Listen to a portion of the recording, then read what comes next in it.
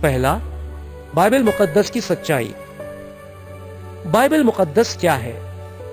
یونانی زبان کے لفظ ببلیوس سے ہی لفظ بائبل انگریزی زبان میں شامل کیا گیا ہے، جس کے معنی ہیں کتابوں کا مجموعہ۔ تو بائبل مقدس صرف ایک اکیلی کتاب نہیں ہے، بلکہ کئی کتابوں کا ایک مجموعہ ہے۔ ان تمام کتابوں کو 40 سے زیادہ لوگوں نے الگ الگ زبانوں یعنی عبرانی، ایرامائک اور یونانی میں 1500 سال کے عرصے میں 3 مختلف بر اعظموں یعنی ایشیا، افریقہ اور یورپ پر رہ کر لکھا ہے۔ بائبل مقدس میں بخوبی اور تفصیل سے وہ سارا بیان درج ہے، جب سے عالم کی ابتدا ہوئی اور پھر حضرت آدم اور بی بی حوا پیدا ہوئے اور بعد میں ان کا جنت سے بے دخل کیے جانا، اور پھر آگے چل کر نبیوں کا آنا، جیسے کہ حضرت حابل، حضرت ہنوک، حضرت نوح، حضرت ابراہیم، حضرت اسحاق، حضرت یعقوب، حضرت یوسف، بنی اسرائیل کے 12 قبیلوں، حضرت موسیٰ، حضرت یہوشو، حضرت شموئیل، حضرت داؤد، حضرت سلیمان کے علاوہ بھی کئی اور نبی، اور آخر میں حضرت عیسیٰ مسیح اور ان کے شاگردوں کا وہ تمام ذکر ہے۔ بہت کم مسلمان یہ جانتے ہوں گے کہ بائبل مقدس میں تمام نبیوں کی لکھی الہامیہ کتابیں شامل ہیں۔ عام طور پر مسلمان یہ سوچتے ہیں کہ عیسائی لوگ صرف انجیل شریف ہی پڑھتے ہیں اور یہودی توریت پڑھتے ہیں، مگر ایسا ہے کہ عیسائی مکمل بائبل مقدس میں شامل ہر ایک نبیوں کی کتاب پڑھتے ہیں اور ان پر ایمان بھی رکھتے ہیں کہ سارا کا سارا کلام الہی ہے جو الہام کے ذریعے ان نبیوں پر نازل کیا گیا۔ جب بھی ہمارے مسلمان دوست بائبل مقدس کو ماننے سے انکار کرتے ہیں، تب وہ انجانے میں خدا کے بھیجے ہوئے ان تمام نبیوں کا انکار کر بیٹھتے ہیں۔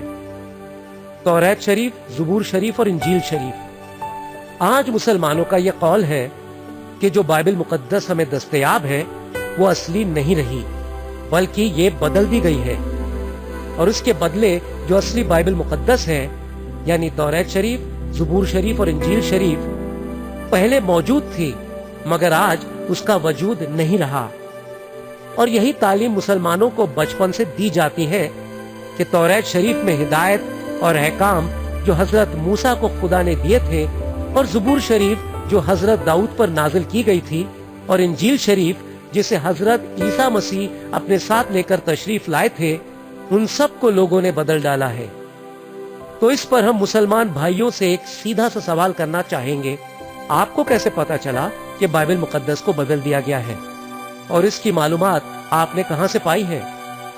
کیا آپ نے خود اس کی تحقیقات کی ہے اور اس نتیجے پر پہنچے ہیں، یا کہیں کسی دوسرے کے کہنے پر آپ نے اس بات پر یقین کیا ہے؟ اگر بائبل کو ماننے یا نہ ماننے کے لیے یہ اصول واجب ہے، تو پھر ہر ایک مدعے یا بات کو ماننے یا نہ ماننے کے لیے اسی اصول کو اختیار کرنے میں کوئی حرج نہیں ہے۔ کسی بھی بات کو مان لینے سے پہلے یہ بہتر ہوگا کہ ہمیں اس کی تحقیقات کر لینی چاہیے کہ یہ بات سچ ہے یا نہیں۔ اگر یہ ثابت ہو جائے کہ بائبل مقدس بدلی جا چکی ہے، تو بہتر ہوگا کہ ہم اسے نامنظور کر دیں۔ اگر کہیں یہ ثابت ہو جاتا ہے کہ وہ اصلی ہے، تب تو ہمیں ہر حال میں اسے قبول کر کے اس پر فوراً ایمان لے آنا چاہیے۔ تو چلیے آگے دیکھتے ہیں کہ بائبل مقدس تبدیل کی گئی ہے یا نہیں۔ قرآن شریف بائبل مقدس کے بارے میں کیا فرماتا ہے؟ مذہب اسلام حضرت عیسیٰ مسیح کے 600 سال بعد اس دنیا میں حضرت محمد کے ذریعے عرب کی سرزمین پر آیا۔ قرآن شریف خود بائبل مقدس کی تصدیق پیش کرتا ہے، یعنی حضرت موسیٰ کی توریت، حضرت داؤد کی لکھی زبور اور حضرت عیسیٰ کی انجیل کی گواہی دیتا ہے۔ تو اسلام کے چلتے یہ تینوں مبارک کتابیں دنیا میں موجود تھیں۔ آئیے ہم دیکھیں کہ قرآن شریف ان کتابوں کے بارے میں کیا کہتا ہے۔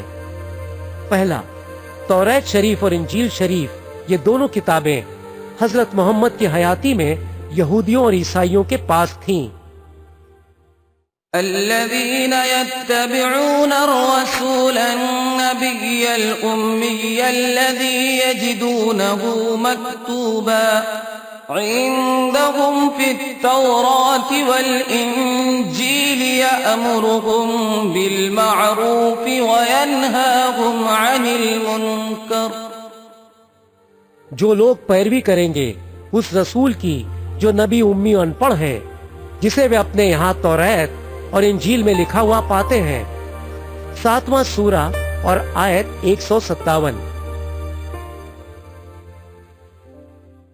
وَلَمَّا جَاءَهُمْ كِتَابٌ مِّنْ عِندِ اللَّهِ مُصَدِّقٌ لِّمَا مَعَهُمْ وَكَانُوا مِن قَبْلُ يَسْتَفْتِحُونَ عَلَى الَّذِينَ كَفَرُوا فَلَمَّا جَاءَهُم مَّا عَرَفُوا كَفَرُوا بِهِ فَلَعْنَةُ اللَّهِ عَلَى الْكَافِرِينَ. اور جب ان کے پاس اللہ کی کتاب آئی جو ان کے ساتھ والی کتاب کی تصدیق فرماتی ہے. 2 سورہ 89 آیت. یہ آیات ہمیں بتاتی ہیں کہ یہودیوں اور عیسائیوں کے پاس توریت شریف اور انجیل شریف موجود تھی. یہ آیتیں یوں نہیں فرماتی ہیں کہ یہ کتابیں گزرے دور میں یہودیوں اور عیسائیوں کے پاس ہوا کرتی تھیں اور اب وہ اٹھا لی گئی ہیں. حالانکہ قرآن شریف فرماتا ہے کہ توریت شریف اور انجیل شریف بذات خود کلام الہی ہیں جو یہودیوں اور عیسائیوں کے پاس حضرت محمد کے زمانے میں بھی تھیں. 2. قرآن شریف ہمیں تعلیم دیتا ہے کہ ہر اس کلام پاک کا یکساں احترام کرنا چاہیے جو نبیوں پر نازل ہوا تھا. يا أيها الذين آمنوا بالله ورسوله والكتاب الذي نزل على رسوله والكتاب الذي أنزل من قبل ومن يكفر بالله وملائكته وكتبه ورسله واليوم الآخر فقد ضل ضلالا بعيدا. اے ایمان والوں، ایمان لاؤ اللہ پر اور اس کے رسول پر اور اس کتاب پر جو اس نے اپنے رسول پر اتاری ہے اور اس کتاب پر جو اس نے پہلے نازل کی. اور جو شخص انکار کرے اللہ کا اور اس کے فرشتوں کا اور اس کی کتابوں کا اور اس کے رسولوں کا اور آخرت کے دن کا تو وہ بہک کر دور جا پڑا. 4 سورہ آیت 136. قل آمنا بالله وما أنزل علينا وما أنزل على إبراهيم وإسماعيل وإسحاق ويعقوب والأسباط وما أوتي موسى وعيسى والنبيون من ربهم لا نفرق بين أحد منهم ونحن له مسلمون. کہو ہم اللہ پر ایمان لائے اور اس پر جو ہمارے اوپر اتارا گیا ہے اور جو اتارا گیا ابراہیم پر، اسماعیل پر، اسحاق پر اور یعقوب پر اور یعقوب کی اولاد پر، اور جو دیا گیا موسیٰ اور عیسیٰ اور دوسرے نبیوں کو ان کے رب کی طرف سے. ہم ان کے درمیان فرق نہیں کرتے. 3 سورہ آیت 84. ان آیتوں کے مطابق ہر ایک مسلمان پر یہ واجب ہوتا ہے کہ وہ خدا کی بھیجی ہوئی کسی بھی کتاب کا انکار نہ کرے اور ان پر یکساں ایمان لے آئے. لیکن زیادہ تر مسلمان بھائی بائبل مقدس کا صاف صاف انکار کر دیتے ہیں اور اس کا احترام نہیں کرتے. 3. قرآن شریف فرماتا ہے کہ اس سے پہلے جو مقدس کتابیں لکھی گئی ہیں وہ ان سے راضی ہے اور وہ ان کی تصدیق کرتا ہے.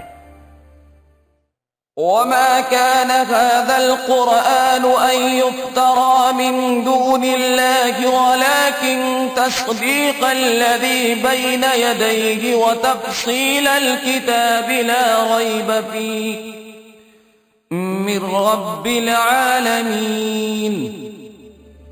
اور یہ قرآن اللہ کے سوا کسی اور کا گڑھا ہوا نہیں ہے بلکہ یہ تو ان کی تصدیق ہے جو اس سے پہلے ہو چکی ہے.